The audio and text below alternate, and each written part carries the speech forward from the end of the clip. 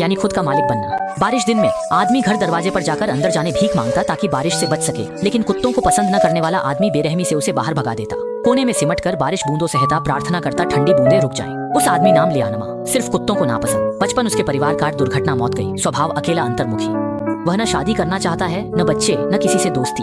जब कोई उससे हालचाल पूछता है वह ठंडे चेहरे से कतराता है। उसका मानना है कि ज्यादा भावनाएं जताने से जिंदगी में मुसीबत आ सकती है, लेकिन वह नहीं जानता कि वे दोनों एक दूसरे की जिंदगी में सबसे अहम बन जाने वाले हैं। उस दिन कुत्ता हमेशा की तरह उसके पीछे पीछे चल रहा था। लियानमा ने हमेशा की तरह उसे अनदेखा करना चाहा, लेकिन उसने दूर से आती तेज रोशनी पर ध्यान नहीं दिया। पीछे से अचानक आई दर्दनाक चीख ने लियानमा के कदम रोक दिए, लेकिन जब वह मुड़ा और देखा तो कुत्ता पहले ही खून के तालाब में पड़ा था। ऐसे दृश्य को देखकर भी लियानमा बस कुछ पल के लिए सन्न रह गया, फिर तुरंत ही बिना किसी झिझक के घर की ओर मुड़ गया।